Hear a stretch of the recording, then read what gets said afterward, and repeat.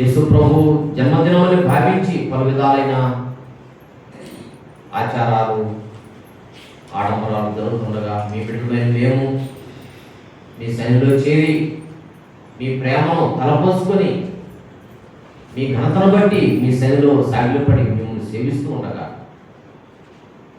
మా స్తుతులు స్తోత్రాలు అంగీకరించమని ఈ చిన్న పుడిక ద్వారా ఘనమని మీ నామానికే మహిమ తెచ్చుకోమని మా ప్రభు అయిన యేసుక్రీస్తు శ్రేష్టమైన నామమున స్తుతించి ప్రార్థన చేసి వేడుకుంటున్నాము తండ్రి, ఆమేన్. ప్రభునందు ప్రియులారా, లోకంలో క్రైస్తవులు అనబడిన వారు ఈ దినం యేసు ప్రభు యొక్క జన్మదినమని భావించి పండుగ ఆచరించడం మనం ఎరుగుదు. మనం సహా ఆ పండుగ ఆచరించడంలో పాలుభాగస్తులమే. వాస్తవానికి యేసు ప్రభు శరీరధారిగా ఈ లోకంలో జన్మించింది వాస్తవమే, కానీ ఈ దినమే పుట్టాడు అనే దానికి ఆధారాలు ఏమీ లేవు. ఒక విధంగా చూస్తే కొన్ని గణాంకాల మేరకు, కొన్ని సూచనలు మేరకు, బైబిల్లో ఉన్న కొన్ని గుర్తుల మేరకు ఈ దినం కాదు అనే దానికే ఎక్కువ ఆధారం ఉంది. అవన్నీ మంత్రులు మనకి వెళ్ళలేదు. నేడు విశ్వాసముగా మనం ఆచరించదగిన ఒకే ఒక పండుగ ప్రతి ఆదివారం ప్రభువును ఆరాధించడం. ఈ మధ్య ఒక బోధకుడు క్రిస్మస్ రోజు వాక్యం చెప్పంటే లేని పండుగకు వాక్యం ఏముంటుంది అన్నాడు. పండుగ లేనప్పుడు వాక్యం ఏముంటుంది అన్నాడు. నిజమే.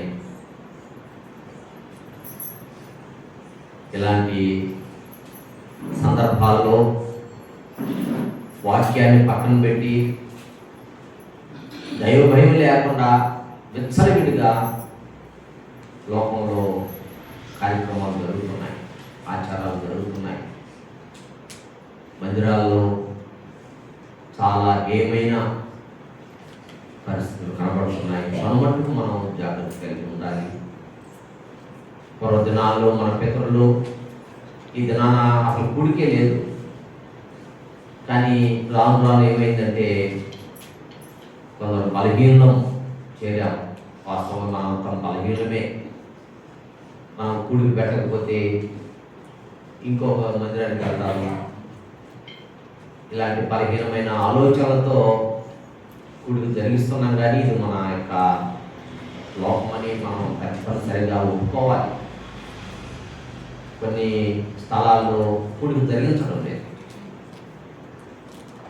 ఒకటి, ప్రతి విషయంలో కృతజ్ఞతాస్తుతులు చెల్లించండి అని రాశాడే, ఆ లేఖనానికి ఇది సరిపోదు. ఏ సందర్భమైనా సెలవు కనుక ఆయన సన్నిధిలో చేరడం, ఆయన కీర్తించడం, ఆ ప్రభు జన్మించేది వాస్తవం కనుక ఆయన జన్మలోని ఆ విశేషత, ఆ గొప్పతనం తలపోసుకోవడం, దేవా నీకు వందనాలయ్యా అని చెప్పడం అనేది మనకు మేలే. లోకంలో లోక చరిత్రలో మానవుని జన్మ విధానం వేరే, ప్రభువైన యేసుక్రీస్తు యొక్క జన్మ విధానం వేరే. ఆ తేటగా మతస్వార్థ మొత్తం మొదటి అధ్యాయంలోనే ఉంది. యేసుక్రీస్తు జన్మ ఎట్లనగా అని రాశాడు. ఆయన జన్మ అది ప్రత్యేకమైనది, అది పవిత్రమైనది, అది పరిశుద్ధమైనది. ఈ మాట్లాడి గమనించాలి. అది అద్భుతమైనది, అది అద్వితీయమైనది.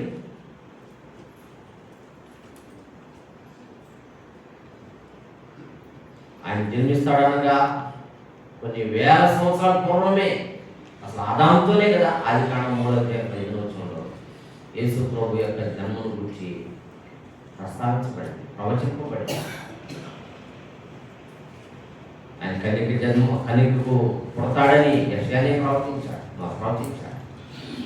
బెత్లెహేములో పుడతాడని మీకా ప్రవచించాడు. ముందుగానే ప్రవచించిన మేరకు ప్రభు పుట్టాడు. లోకస్వార్త 2వ అధ్యాయంలో మనం చూస్తాం. యేసు ప్రభువు యోదయలోని బెత్లెహేములో పుట్టాలి, కానీ మరియమ్మకు ప్రసవ దినాన్ని సమీపించే నాటికి వారు ఎక్కడ ఉన్నారో తెలుసా? గలిలయలోని నజరేతులో ఉన్నారు. ఇప్పుడు ప్రవచనం ఎట్లా నెరవేరాలా?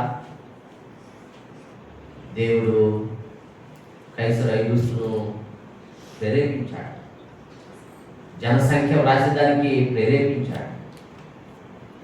ఆ జనసంఖ్యలో చేర్చబడేదానికి మరి యోసేపులు వారు యోదయకు బయలుదేరారు. ఇవన్నీ దేవుని అద్భుతమైన శక్తిని, ప్రభావాన్ని, మహిమను తెలియజేసే సంభవాలు అవి మనం గ్రహించాలి, వాటిని గుర్తించాలి. యేసు ప్రభులాగా ఎవరు జన్మించాల? ఆయన అద్వితీయమైన జన్మం. ఆదాము జన్మ మనకు తెలుసు. దేవుడే నేలమట్టితో రూపాన్ని చేసి వారి నాసికారంధ్రాల్లో జీవవాయువును ఊదాడు. ఆదాము అలా జన్మించాడు. హవ్వ ఎలా జన్మించింది? ఆదాములో నుండి ఎముకను తీసి హవ్వను నిర్మించాడు. హవ్వ జన్మ వేరే, ఆదాము జన్మ వేరే. కయ్యూను జన్మ ఆదాము హవ్వల ద్వారా, వారి కలయిక ద్వారా కయ్యూను పుట్టాడు.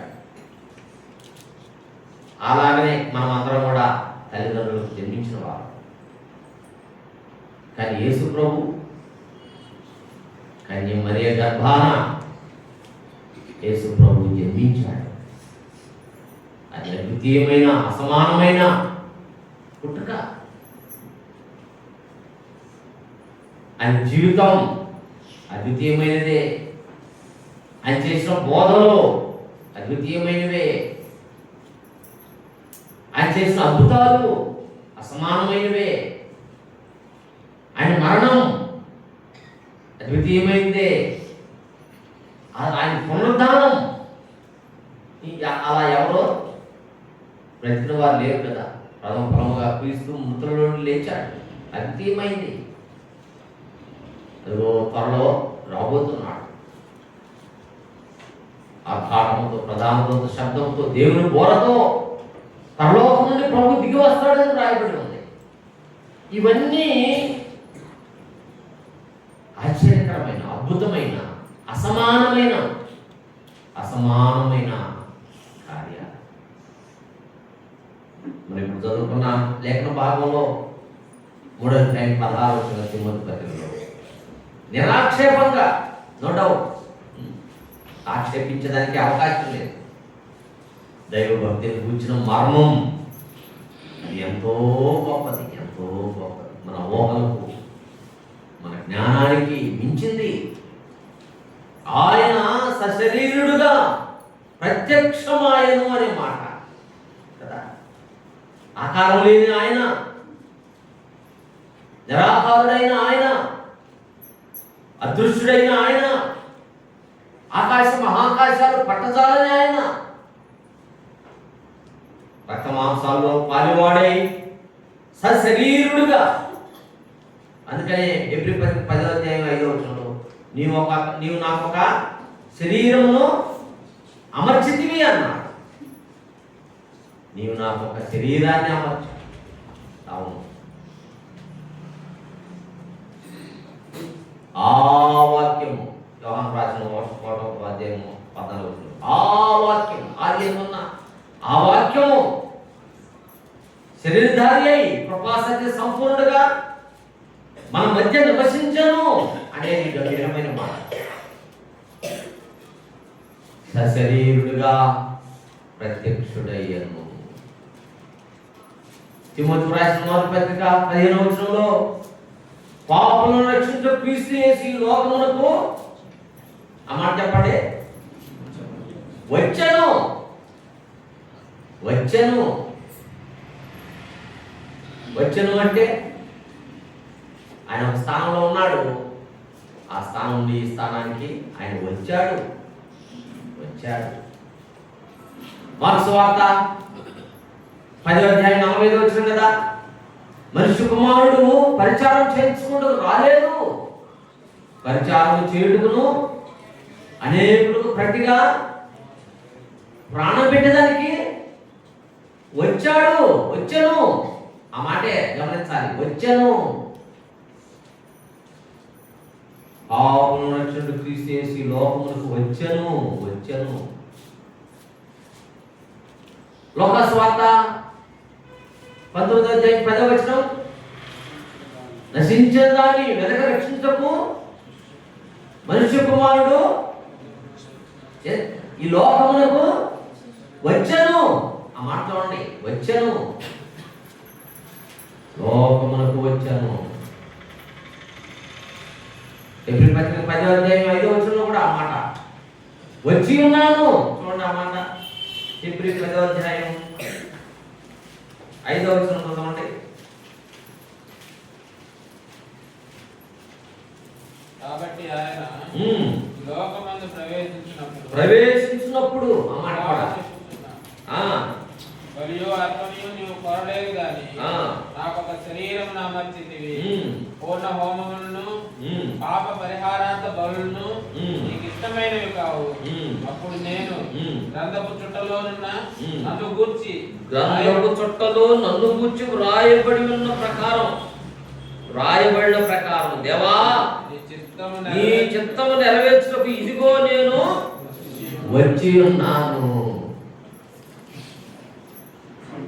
ఆయన వచ్చాడు, మనం పుట్టాం, ఆయన వచ్చాడు. ఆది ఉన్నవాడు ఆయన, ఆది అంతము లేనివాడు ఆయన వచ్చాడు.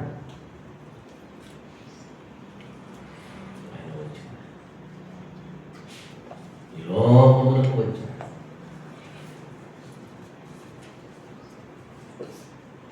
ఆయన పుట్టినప్పుడు దూతలు ప్రకటించారు కదా. లోకా సువార్త 2వ అధ్యాయం 10వ వచనం ఏం చెప్పాడు చదవన్న మాట, అది కూడా విశేషమైన మాట. ఇదిగో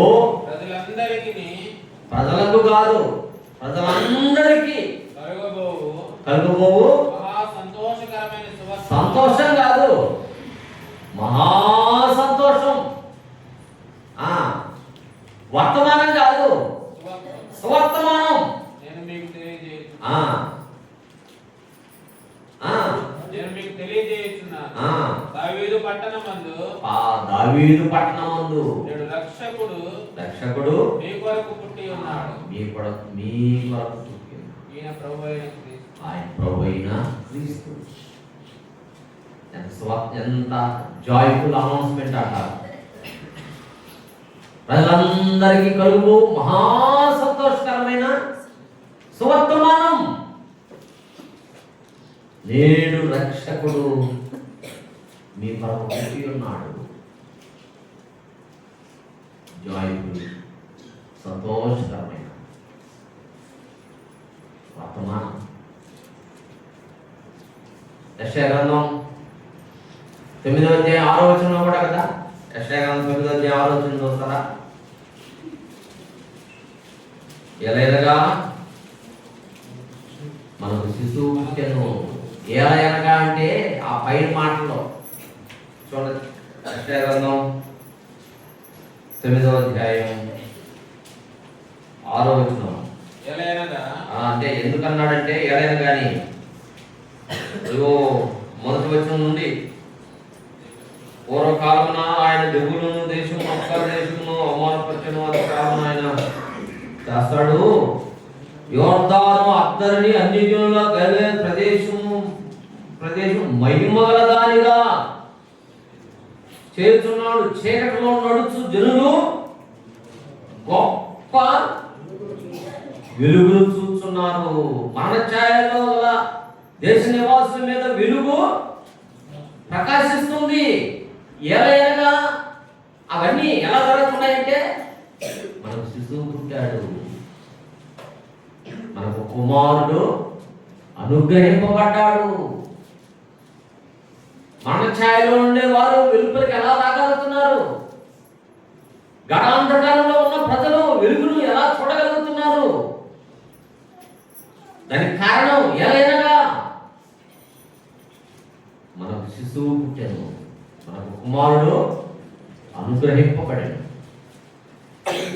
పేరు చెప్పి, ఆయన పేర్లు కాదు, పేరు ఆశ్చర్యకరుడు, ఆలోచనకర్త, బలవంతుడైన దేవుడు, నిత్యుడు తండ్రి, సమాధాన కర్త అయిన అధిపతి అని అతనికి ఎన్ని చెప్పాడు పైన. కానీ ఇక్కడ ఏమన్నాడు? అవన్నీ కలిపి పేరు పేరు పేరు పెట్టబడును. అక్కడ కూడా చెప్పాడు, మనకు కుమారుడు అనుగ్రహింపబడి ఆయన భుజం మీద, అసలు కుమారుడు అనుగ్రహింపబడేను అన్నాడు, ఆయన భుజం మీద రాజ్యభారం అన్నాడు. ఆ మాట ఈ మాటకు ఎన్నో వేల సంవత్సరాల తేడా. ఎప్పుడు ఆయన భుజం మీద రాజ్యభారం పడేది? 1000 ఏళ్ల పరిపాలనలో. ఎన్ని సంవత్సరాలు తేడా ఉంటుంది మధ్యలో? ఇవన్నీ కూడా మన ప్రభువైన యేసుక్రీస్తు యొక్క మహిమను, గొప్పతనాన్ని, మనం నమ్మిన మన దేవుని యొక్క విశేషతను అవి చూపేది. ఆయన వలె ఎవరు జన్మించలేదు, ఆయన వలె ఎవరు జీవించలేదు ఈ పాపలోకంలో, పాపం లేకుండా. ఆయన వలె ఎవరు బోధించలేదు, ఆయన వలె ఎవరు అద్భుతాలు చేయలేదు, ఆయన వలె ఎవరు మరణించలేదు, ఆయన వలె ఎవరు సమాధిని గెలిచి తిరిగి లేవలేదు, ఆయన వలె ఎవరు అనేక చూస్తుండగా ఆరోహణై పరలోకానికి వెళ్ళిపోలేదు. ఇవన్నీ కూడా ఆయన అద్వితీయుడని, అసమానుడని, మహిమగల దేవుడని, నిజమైన దేవుడని రుజువు చేసే గొప్ప విశేషాలు. క్రిస్మస్ చేసుకుంటున్నాం. క్రీస్తు పుట్టినంత మాత్రాన మన క్రిస్మస్ కాదు, కానీ మన హృదయంలో ఆయన క్రీస్తు జన్మించే పాట పాడాలా? క్రీస్తు జన్మించే లోకాన అందరికీ, క్రీస్తు ఉదయించే హృదయాన అందరికే. నీ హృదయంలో ఆయన పుట్టాడా? లోకానికి జన్మించాడు నిజమే, నీ హృదయంలో ఆయన జన్మించాడా? అలా అది ఎలా సాధ్యమవుతుంది అంటే, పాపక్షమాపణ ద్వారా, మారుమనసు పొందడం ద్వారా. నోరారా యేసు ప్రభువా నేను పాపిని, నన్ను క్షమించు అంటే ఆ క్షణాన నీ హృదయంలో ఆయన పుడతాడు, నీవు ఆయన బిడ్డవవుతావు, ఆయన సాక్షి అవుతావు. కనుక ప్రభు యేసుక్రీస్తు యొక్క జననం అది విశేషమైనది, అది అద్వితీయమైనది. యేసు ప్రభు జన్మించినప్పుడు మొట్టమొదటిగా గొల్లలకు ఆ వార్త అందింది కదా. వారు వెళ్ళారు, వారు సాగిలపడ్డారు, వారు సంతోషించారు, వారు ప్రచురించారు. గొల్లలు ప్రచురించి మొట్టమొదట యేసు ప్రభు యొక్క జ్ఞానాన్ని గురించి. ఆ గొల్లలే వెర్రి గొల్ల అంటారు, కానీ ఆ వెర్రి వారికి ఆయన ఆ దర్శనం. జ్ఞానులు అన్వేషించి ఆయన కనుగొని పెట్టెలు విప్పి తమ హృదయాలు విప్పి సాగిలపడి ఆయన ఆరాధించారు కదా. అదిగో ఆ నక్షత్రం వారికి ముందుగా నడిచను ఉంది. ఆ నక్షత్రం వారిని నడిపించింది కదా. క్రిస్మస్ దినాన ఇవన్నీ ధ్యానం చేస్తుంటాం, వాటిలోనే మనకు పాఠాలు ఉన్నాయి. మరి యోసేపుల వలె విశ్వాసం ఉండాలి, విధేయత చూపాలి. ఆ గొల్లల వలె ప్రభువును ప్రశ్నించాలి, మహిమపరచాలి. ఆ జ్ఞానుల వలె అన్వేషించాలి, ధ్యానించాలి, కనుగొనాలి, హృదయమారా ఆరాధించాలి. ఆ నక్షత్రం వలె ముందుండి నడిపించాలి. నక్షత్రాలు మనమే. దానియేలు గ్రంథం 12వ అధ్యాయంలో ఉంటుంది. బుద్ధిమంతులైతే కదా నక్షత్రాల వలె ఉంటారు, నడిపించాలి. అంతేగాని హీరోలు వలె మన హృదయాలు కఠినపరచుకోకూడదు. పరిసయ్యుల వలె ఆయన విరోధమైన ఆలోచనలు చేయకూడదు. సమయం అవుతుంది కనుక ఒక మాట చెప్పి ముగిస్తా. నేడు యేసు ప్రభు జన్మం గురించి ధ్యానించే సమయం కాదు ఇది. ఎందువల్లంటే చాలా సమయం గడిచిపోయింది. ఇక పగలు ఉదయం సమీపంగా ఉంది. ప్రభు రాకడ సమయాల్లో ఉన్నాం. ఆయన రాకడ గురించి ధ్యానించాలే కానీ ఇంకా ఆయన పశువుల తొట్టులో ఉన్నట్టు, అదిగో ఆ ఇంటిలో శిశువుగా పరుండి ఉన్నట్టు, లేక ఆయన శిలువలో ఉన్నట్టు, లేక ఆయన సమాధిలో ఉన్నట్టు చూచే దినాలు కాదు, ధ్యానించే సమయం కాదు. అదిగో నా ప్రియుడు వస్తున్నాడు, ఇదిగో నా ప్రియుడు స్వరం నాకు వినబడుతున్నది అని ప్రియురాలు చెప్పినట్లుగా ఆయన రాకడను గుర్చిన తలంపులతో, ఆ ప్రభువు రాకడను గుర్చిన గమనంతో ప్రభు అయిన యేసు త్వరగారము ప్రకటనలో చివరి అధ్యాయం చివరి మాట ఏమిటి? ప్రభు అయిన యేసు అంతేగాని జోలపాటలు పాడుకునే సమయాలు కాదు ఇవి. ఉయ్యాలో పెట్టి జోలపాటలు పాడుకుంటూ కబుర్లు చెప్పుకునే సమయం కాదు ఇది. ఇక కాలము కొంచెముగా ఉన్నది. వస్తున్నవాడు ఆలస్యం చేయకపోతున్నాడు. ప్రభు రాబోతున్నాడు. ఆయనే వస్తే ఆయన విశ్వాసం ఇచ్చిన వారు మాత్రమే ఎత్తబడతారు. నమ్మని వారు విడువబడతారు. విడువబడుట బహుఘోరం పాట పాడతాం. యేసు రాజుగా వస్తున్నాడు. విడువబడుట బహుఘోరం. నమ్మావా? నమ్మలేదా? ఈ దినాన ప్రభు ఇస్తే ఎత్తబడతావా? ప్రభుని కలుసుకుంటావా? లేక విడువబడతావా? కొందరు అనుకోవచ్చు, విడిపడిన తర్వాత ఒకవేళ ప్రభులో వచ్చి అందరూ వెళ్ళిపోతే అప్పుడు నమ్ముకోవచ్చు. అప్పుడు నమ్మినా నీకు రక్షణ లేదు. తలుపు వేయబడద్దంటే నోహు ఓడలో ఉన్నాడు, రండి రండి అని పిలిచాడు, ఎంత మాత్రం రాలేదు. తలుపు వేయబడింది. ఇక తలుపు తీసే ఆ శక్తి నోహుకు కూడా లేదు. తాను ఆయన చేతిలో ఉంది, దేవుని చేతిలో. అలాగనే ఈ కృపాకాలం ముగిసిన తర్వాత, తలుపు వేయబడిన తర్వాత ఇక రక్షణ వీలు కాదు. ప్రభు ఎప్పుడు వస్తాడో మనకు తెలియదు. ఏ క్షణానే రావచ్చు. యేసు ప్రభు రాకడా ఏ వేళ వచ్చునో మనకు తెలియదు. ప్రభు రాబోతున్నాడు. ఆయన వచ్చే లోపు, మనం ఎత్తబడే లోపు మనం ప్రభు అయినా రావచ్చు, లేకపోతే మనం ఈ లోకం విడువనని రావచ్చు. మారు మనసు పొందకుండా మనం చనిపోతే, లేక ప్రభు వస్తే నష్టపోతాం. విద్యార్థి నరకానికి వెళ్తాం. కనుక నమ్మని వారు త్వరపడాలి, ప్రభువుని నమ్మాలి. నమ్మిన మనం పుట్టుకను గురించి కాదు, ఆయన రాకను కూర్చిన తలంపులతో ఆయన వైపు చూస్తూ. అందుకనే లోకాస్వార్త 12వ అధ్యాయం 35వ వచనంలో ఎదురు చూచు మనుషుల వలె ఉండండి అన్నాడు. ఎదురు చూచే మనుషుల వల్ల ఆయన రాకడ కొరకు ఎదురు చూస్తూ సాగిపోతాం. దేవుడి మాటలు మన కొరకు దీవించునుగాక. చిన్న ప్రార్థన చేసుకుందాం. ఇద్దరు జాన్సన్ గోవిందరావున ఇద్దరు చిన్న క్లుప్తంగా ప్రార్థన చేయండి, కూడి ముగించుకున్నాం. మైక్ సెట్టింగ్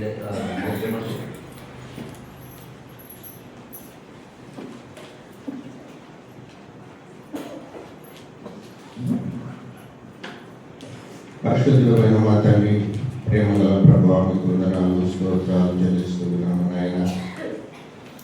ఉదయ కాలమున ఇలాగూ మీ సన్నిధిలో చేరి నాయన మీ నామ సంకీర్తన చేయటకు, మీ లేఖనాలను ధ్యానం చేయటకు మీ చూపిన మీ ప్రశాంతతను స్తుతించుకొని అడుగుతున్నా. దయగల తండ్రి, కృపగల దేవా, మీ బుద్ధి కుమారుడు మా ప్రభు అయిన యేసు క్రీస్తును మీరు ఈ లోకానికి నాయన పంపించినటువంటి జన్మదినాన్ని ప్రపంచమంతా పండుగగా జరుపుకుంటూ ఉండగా, ఈ దినం అనేకుల జీవితాలలో రక్షణ దినముగా ఉండనట్లుగా మీకు అనుగ్రహించండి. అనేకులను మీ శిలువ కాంతికు ఆకర్షించండి నాయన. నమ్మినటువంటి మీ పిల్లలమైన మేము మీ రాత్రి ఎదురు చూసే వారముగా సిద్ధపడి కృపను కలిగించుమని, చెప్పబడిన మాటలకు ముద్ర వేయి మా హృదయాల్లో పవించినట్టుగా చూపమని, మీ దాసులెందరూ బలపరిచి మీ సేవలో వాడుకోవమని యేసు ప్రభు పరిశుద్ధ నామమున ప్రార్థించి